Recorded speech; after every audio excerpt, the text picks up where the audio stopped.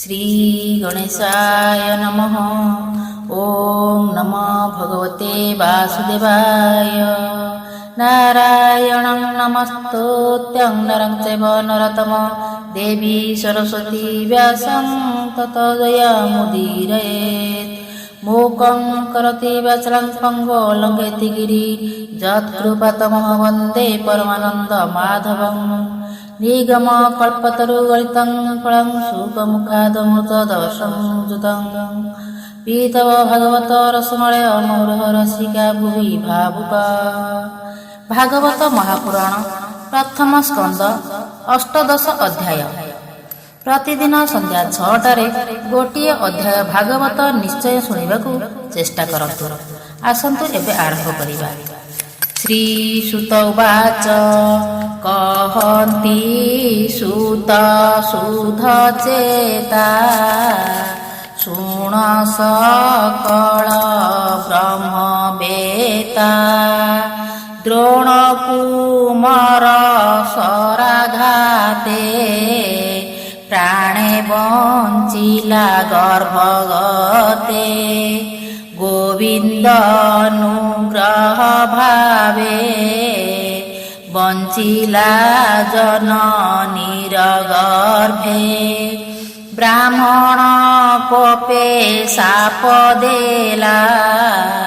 तक्षक दंशु जे बोइला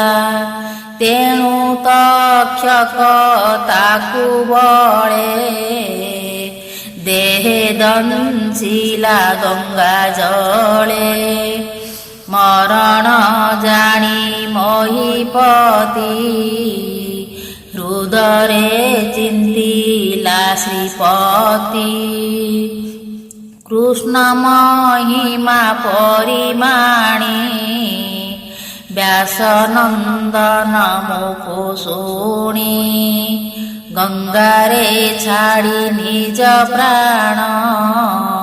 गोविंदे पशिला तक्षण कृष्णर गुण गाथा पंदी ए आदि हृदय रे चिंती कृष्णर कथा मृत तुंडे कहिरो मांच जार पिंडे सदा काले जे ताहा चिंती मरणे किबा तांक भ्रांति से राजा जेते दिन थिले संसारे कली न पशिला नंदनंदन जेते बेले तनु छाड़िला मोहि तले तक्षणे अधर्म पुरुष संसारे होइला प्रवेश से राजा ताकू स्थान देले सारंग प्राय शरदाई कुशल कर्म जे करन्ति से फल ए देहे भुंजती इतर कर्म न लागई जे शुभ कर्मे नित्य थाई ए कली जुग भयंकर शोभावे सुधीर गभीर निरते अप्रमित देहि संसार प्राय भ्रमयी प्रमत प्राय बल मधे से कली विहरे आनंदे ए परीक्षित गुण गाथा कहे निरते कृष्ण कथा भावे कहिली तुम आगे तेणु पुछिल अनुरागे कृष्णर ଯେତେ ଗୁଣ ଗାଥା ଏ ସାଧୁ ଜନ ମଦେ କଥା ଯାର ମହିମା ସୁଧ ଚିତେ କହି ବଞ୍ଚନ୍ତି ସାଧୁ ଯୁଥେ ନିତ୍ୟ ଯେ ତାର ପାଦ ଚିନ୍ତି ନିଶ୍ଚେ ଗୋବିନ୍ଦେ ସେ ପସନ୍ତି ସୁତ ବଚନ କର୍ଣ୍ଣେ ଶୁଣି ସୌନିକ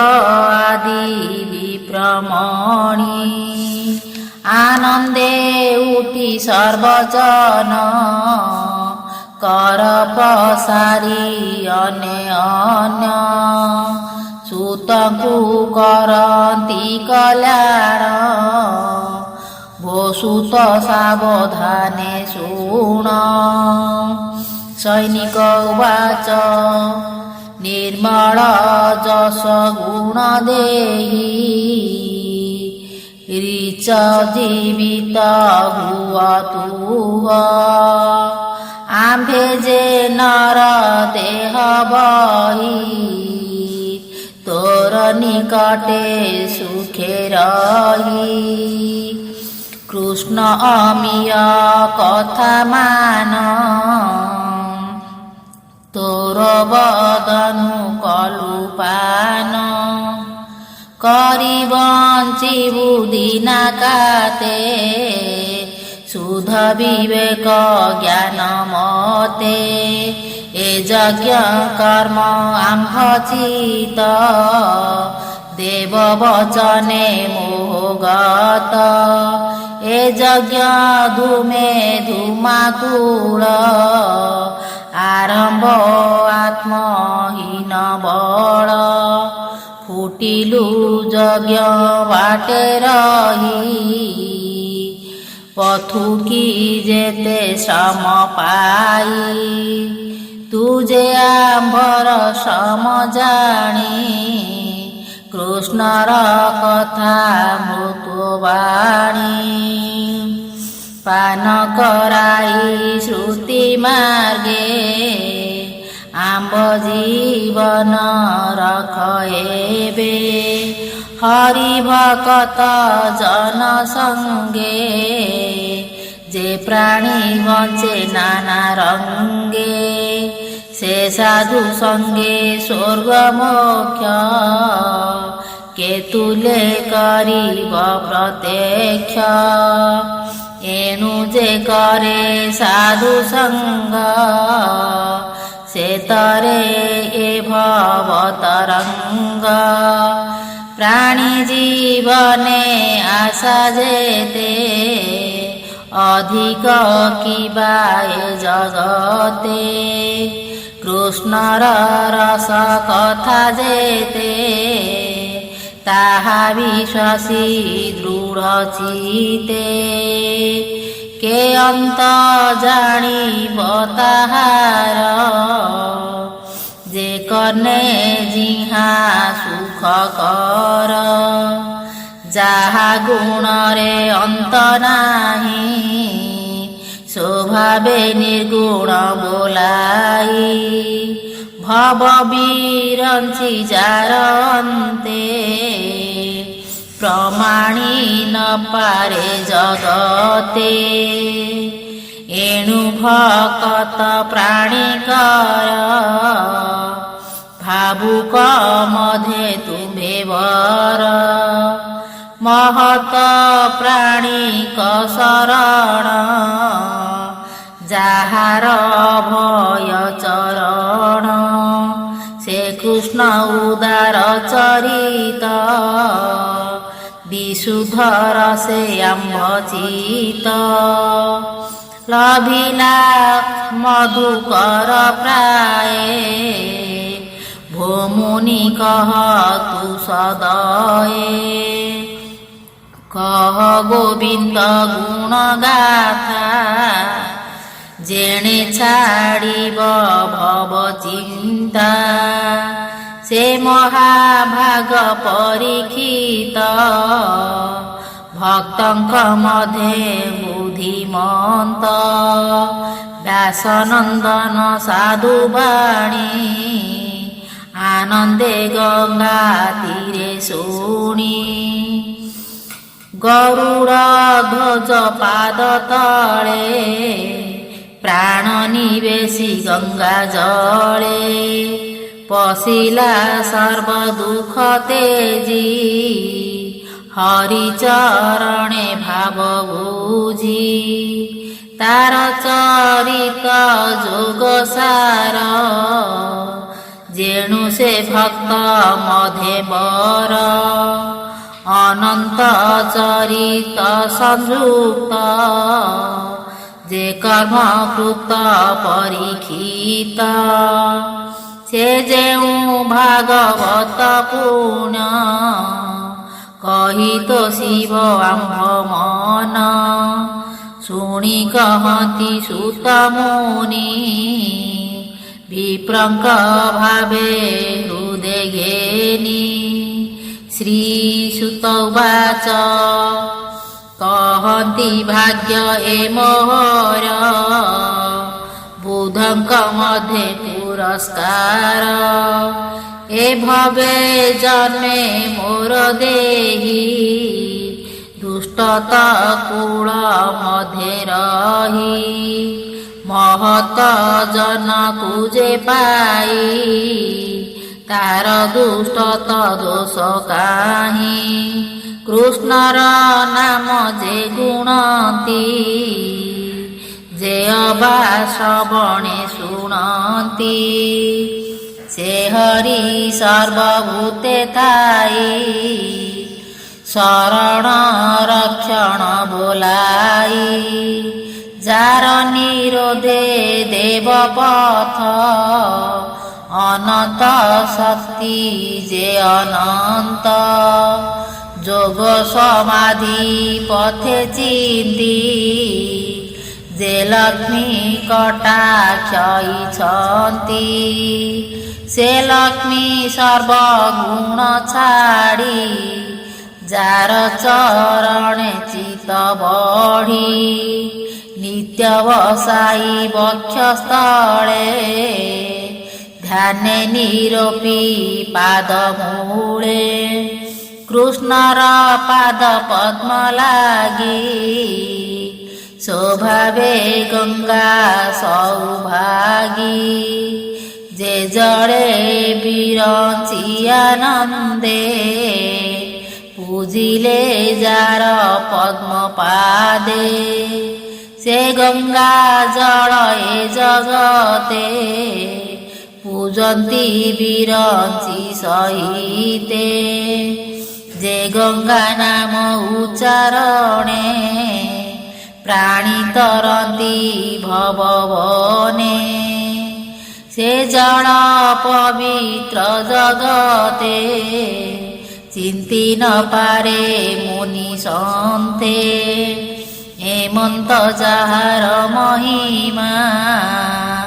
ତା ବିନୁ କେବା ପୁଣ୍ୟତମା ଯାର ଚରଣ ସିଦ୍ଧ ଗଣେ ସମାଧି ଯୋଗ ଆଚରଣେ ତାର ବିଷୟ ମୁନିଗଣ ନିତ୍ୟ କରନ୍ତି ସୁମରଣ ଭକ୍ତି ସମାଧି ଦୃଢ଼ ମନେ ତରନ୍ତି ସଂସାର ବନ୍ଧନେ ଅର୍ଜୁନ ଆଦି ମୁନି ଯେତେ ପୂର୍ବେ ପଚାରିଛନ୍ତି ମୋତେ କହ କୃଷ୍ଣର ମହିମା କିୟ ବା ତାର ଗୁଣ ସୀମା କହିଲି ତାଙ୍କ ମୁଖ ଚାହିଁ ଯେହ୍ନେ ଆକାଶ ଅନ୍ତ ନାହିଁ କୃଷ୍ଣର ମହିମା ତେମନ୍ତ ଯେ ପକ୍ଷୀ ଉଡ଼େ ଯେତେ ପଥ ତାର ବାରତା ସେ ଜାଣନ୍ତି ଅଧିକେ ନ ପାରନ୍ତି ଚିନ୍ତି ଏଣୁ ପଣ୍ଡିତ ଜନ ଯେତେ ଜ୍ଞାନ ବିଚାରି ଏ ଜଗତେ କୃଷ୍ଣର ମହିମା ବିଚାରି ସହସ୍ର ଜନ୍ମେ କେବା ପାରି। ଏବେ ହୋ ଶୁଣ ବିପ୍ରଜନେ ହରିଚରିତ ସାବଧାନେ। ଯେ ପରୀକ୍ଷିତ ଏକ ଦିନେ ମୃଗୟା ଅର୍ଥେ ଗଲା ବନେ। ମୃଗ ନ ପାଇ ଘୋର ବନେ ଯୁଧିତ ତୃଷିତ ବଦନେ। ଜଳ ନ ପାଇ ପଥ ଶ୍ରମେ ମିଳିଲା ମୁନିକ ଆଶ୍ରମେ। ଦେଖଇ ଏକ ବୃକ୍ଷ ମୂଳେ ବ୍ରାହ୍ମଣ ଆସନ ନିଶ୍ଚଳେ। ଆନନ୍ଦେ ମୁଦ୍ରିତ ଲୋଚନେ ଆତ୍ମା ନିବେଶୀ ଯୋଗ ଧ୍ୟାନେ। ଅନ୍ତ ନିଶ୍ଚଳ ମନ ବୁଦ୍ଧି ପବନ ନବ ଦ୍ୱାରେ ରୁନ୍ଧି। ଇନ୍ଦ୍ରିୟ ଗଣ ପରିହାରେ ଧ୍ୟାନ ପ୍ରବେଶ ନିତ୍ୟ ପୁରେ। ଆଧାର ନାଭି ହୃଦେ ଊର୍ଦ୍ଧ୍ୱେ ମନ ପବନ ବ୍ରହ୍ମରନ୍ଧ୍ରେ। ସର୍ବବିକାରୁ ସେ ଅତୀତ ସ୍ଥାନ ନିବେଶ ବ୍ରହ୍ମସୂତ। କପିଳ ଜଟା ଭାର ଶିରେ ହରିଣ ଚର୍ମର ଉପରେ। ଏମନ୍ତେ ବିପ୍ରଙ୍କୁ ଅନାଇ ତୃଷିତ ତାଳୁ କଣ୍ଠ ହୋଇ। ଜଳ ମାଗିଲା ମହାରାଜା ଇଚ୍ଛଇ ଆପଣାର ପୂଜା। ଉଦକ ଆସନ ଏ ଆଦି ଅତିଥି ପୂଜାର ପ୍ରସିଦ୍ଧି। ଅର୍ଘ୍ୟ ସୁକୃତ ସାଧୁବାଣୀ ନଲଭି ଗୋପେ ନୃପମଣି। ମନେ ବିଚାରି ନୃପରାଜ ଅବଜ୍ଞା କଲା ମୋତେ ଦ୍ୱିଜ। ক্ষুধা তুষারে জলে মন ক্ষণ ক্ষণকে অচেতন প্রচণ্ড ক্রোধে কোপানলে মৃত উগদ ধনুগুলে ব্রাহ্মণ গলে সর্প দেলা তক্ষণে নিজ পুরে গলা পথে চলাই নৃপমণি ব্রাহ্মণ কথা মনে গুণি ବୋଲଇ କପଟ ଏହାର ନିଶ୍ଚଳ ସମାଧି ଗୋଚର ଏଡ଼େ ଅବଜ୍ଞା ନର ଦେହେ କ୍ଷତ୍ରିୟ ଜନ୍ମେ କେବା ସହେ ହେମନ୍ତ ଗଲା ନରନାଥ ତକ୍ଷଣେ ବ୍ରାହ୍ମଣର ସୂତ ବାଳକ ସଙ୍ଗେ କ୍ରୀଡ଼ା କରେ ତେଜେ ଅନଳ ରୂପ ଧରେ ରାଜାର ଆଗମନ କଥା ପିତା ଯେ ମତର ବ୍ୟବସ୍ଥା ବାଳକ ମୁଖୁ ଶୁଣି କୋପେ ମିଳିଲା ପିତାର ସମୀପେ ପିତାର କନ୍ଧେ ସର୍ପ ଦେଖି କୋପେ ଚଞ୍ଚଳ କଲା ଆଖି ସଂସାର ଧର୍ମ ଯେ ପାଳକ ଦେଖି ତାହାର ବିବେକ ଶ୍ୱାନର ପ୍ରାୟ ଚେଷ୍ଟା କଲା ହେଲେ ଏ ବିପ୍ରଙ୍କୁ ଲଙ୍ଗିଲା ବ୍ରାହ୍ମଣେ ଛନ୍ତି ଯାକୁ ବରି ସକଳ ଯାର ଆଦି କରି ଶ୍ୱାନର ପ୍ରାୟ ଦୂରେ ଥାନ୍ତି ସେ ଭାଣ୍ଡ ଭୋଜନ କରନ୍ତି ବ୍ରାହ୍ମଣେ କ୍ଷତ୍ରିୟଙ୍କୁ ବରି ଯଜ୍ଞରେ ଦ୍ୱାର ପାଳ କରି ତତ୍ପଥଗାମୀ ଦଣ୍ଡ ଅର୍ଥେ ଯେ ବିଷ୍ଣୁ ଜାତ ଏ ଜଗତେ ସେ ଯେଣୁ ନିଜ ପୁରେ ଗଲା ତେଣୁ ଏ ଅବଜ୍ଞା ହୋଇଲା ଏ ପ୍ରାଣୀ ସଂସାରେ ରହିଲେ ଧର୍ମ ନଥିବ ଏଥି ଭଲେ ଦେଖ ମୋହର ବିପ୍ରପଣ କରିବି ଏଥିରେ କାରଣ ଏମନ୍ତେ ବାଳକ ଯେ କହି ରଙ୍ଗ ନୟନେ ରୋଷ ବହି କୌଶିକୀ ଜଳେ ହସ୍ତ ଭରି ମାର୍ଜିନା ଅଚମନ ସାରି ରାଜା ଉଦସେ କରି ମନେ ବଜ୍ର ପ୍ରହାରଣ ବଚନେ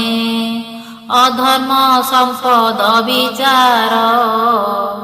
ଅନ୍ୟାୟ କଲା ଯେ ପାମର ଆଜୁ ଶପଥ ଦିନ ଶେଷେ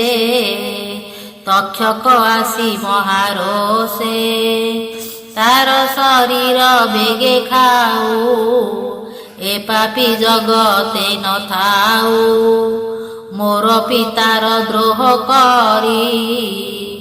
ଏକି ପାଥିବ ଦେହ ଧରି ଏମନ୍ତ ସାପ ତାକୁ ଦେଇ ମିଳିଲା ପିତା ପାଶେ ଯାଇ ପିତାର ଗଳେ ସର୍ପ ଦେଖି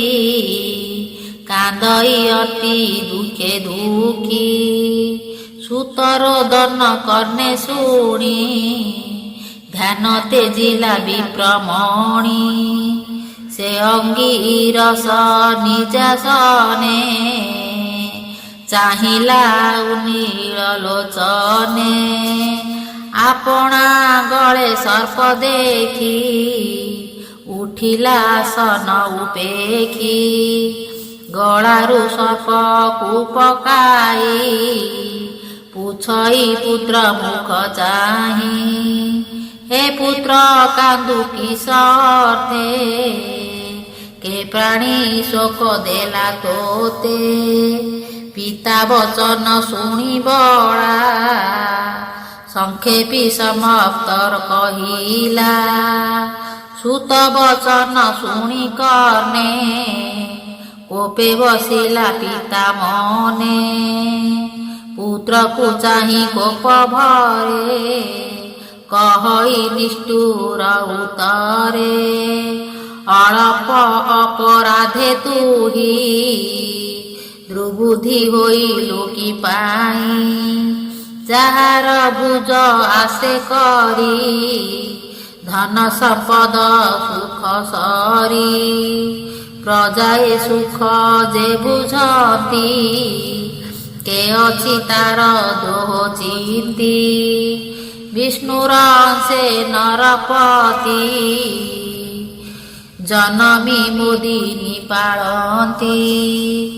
ଏବେ ରାଜାର ଅନ୍ତେ ମହି ଚୌର୍ଯ୍ୟ ବଳେ ଦର୍ପ ବହି ଧନ ହରିବେ ଅନ୍ୟ ଅନେ ପ୍ରଜା ପଶିବେ ଘୋର ବନେ ଧର୍ମ ଛାଡ଼ିବ ଚାରି ପାଦେ ଯେବେ ରହିଲା ଅଛି ବେଦେ ସେ ଧର୍ମ ତେଜି ଦୂରାନ୍ତରେ ପଶିଲେ ଅଧର୍ମ ଭାବରେ କେହୁ ବର୍ତ୍ତିବେ ଅର୍ଥ କାମେ ବର୍ତ୍ତିବେ ସ୍ୱର୍ଣ୍ଣ କପି ଧର୍ମେ ଯେ ଧର୍ମ ପାଳେ କରି ସ୍ଥିତି ଶୁକବନ୍ତର ଚକ୍ରବର୍ତ୍ତୀ କଲା ଯେ ତିନି ଅସମେଧି ଆଗମ ନିଗମ ପ୍ରସିଦ୍ଧି ক্ষুধাତୃଷାରେ ବୁଲିବନେ ମିଳିଲା ମୋହର ଆଶ୍ରମେ ତାହାକୁ ଆସ୍ଥା ତୁ ନ କଲୁ ବିଶେଷ ଘୋର ସାପ ଦେଲୁ ସେ ଆମ୍ଭ ସାପ ଯୋଗ୍ୟ ନୁହେଁ ଅଶେଷ ଧର୍ମେ ଦେହ ବହେ ନିଷ୍କାମ ମୃତ୍ୟୁକୁ ଯେ ବଳେ ଦ୍ରୋହ ନିଶ୍ଚିନ୍ତି ଅବହେଳେ ଅଳପ ଦୋଷେ ତୁ ବାଳକ ମୋହର ମନେ ଦେଲୁ ଶୋକ ଏମନ୍ତେ ମନେ କୃଷ୍ଣ ଧ୍ୟାଇ ବ୍ରାହ୍ମଣ ବୋଲେ ତ୍ରାହି ତ୍ରାହି ଭୋନାଥ କରୁଣା ସାଗର ବାଳକ ଦୋଷ କ୍ଷମା କର ତୋହର ଭକ୍ତ ଜନ ଯେତେ କୋପନ ଛାଇ ତାଙ୍କ ଚିତେ ପ୍ରାଣିକ ଅପରାଧ ସହୁ ତୋହର ଭାବ ନିତ୍ୟ ବହୁ ଅତି ଅନ୍ୟାୟ କର୍ମ ମୋର ସୁକର୍ମହୀନ ଦୁରାଚାର ନିରାପରାଧେ ଦ୍ରୋହ ଚିନ୍ତି ଏ ମୋର ଚିତେ ଗୁରୁ ଭ୍ରାନ୍ତି ଏଡ଼େ ଅଧର୍ମ କରି ମୋର ଦେହ ଲଭିଲି ଦାମୋଦର ଦୁଃଖ ମୁଁ କଲି ଦୁଃଖ ମୁଁ ଲଭିଲି ନିକଟେ ଏ ଘୋର ସଂସାର ସଂକଟେ ଏମନ୍ତେ ପୁତ୍ର ଅପରାଧେ ମହତ ଶାସ୍ତ୍ର ଅପବାଦେ ଅନୁତାପିତ ବିପ୍ରବର କହେ ଗୋବିନ୍ଦ ରକ୍ଷା କର ରାଜା ଯେ ଅପରାଧ କଲା ସେ କଥା ମନେ ନ ଘେନିଲା ଏ ନର ଲୋକେ ସାଧୁ ଯେତେ କୋପନ ବସେ ତାଙ୍କ ଚିତେ ପ୍ରାଣିକ ଦୋଷ ନ ଧରନ୍ତି ସମତା ଦୃଷ୍ଟି ଆଚରନ୍ତି